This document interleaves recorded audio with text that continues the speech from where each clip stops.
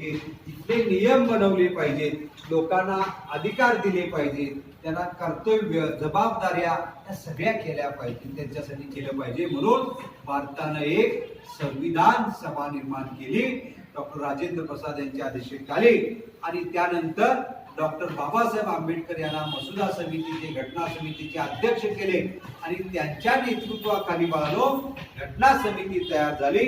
आणि जवळजवळ 2 वर्षाहून अधिक काळ त्यांनी काय केलं की भारतातल्या आपल्या लोकांच्यासाठी काय काय या घटनेमध्ये समाविष्ट असला पाहिजे याचा अभ्यास केला, जगभराच्या वेगवेगळ्या घटनांचा अभ्यास केला आणि एक आपल्याकडे घटना तयार केली आणि त्याला आपण भारताचे संविधान म्हणतो, भारताची राज्यघटना म्हणतो. ती तयार झालेली जी घटना तयार केली ती त्यावेळेला अस्तित्वात असलेल्या सरकारकडे केव्हा सोपवली?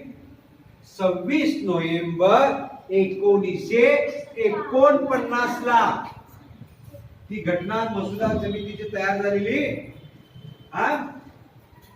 ती घटना पूर्ण त्यावेळेला असलेल्या राज्यकर्त्यांच्याकडे 26 नोव्हेंबर 1949 ला दिल्यामुळं तो दिवस आपण संविधान दिन म्हणून पाळला जातो. आणि त्यानंतर त्या घटनेमध्ये आपल्याला अधिकार दिलेले आहेत, आपल्या जबाबदाऱ्या दिलेल्या आहेत, काही मूलभूत अधिकार दिलेले आहेत, कर्तव्य दिलेले आहेत, देशाचा कारभार कसा चालला पाहिजे याची सगळी नियमावली त्या घटनेमध्ये आहे बाळांनो.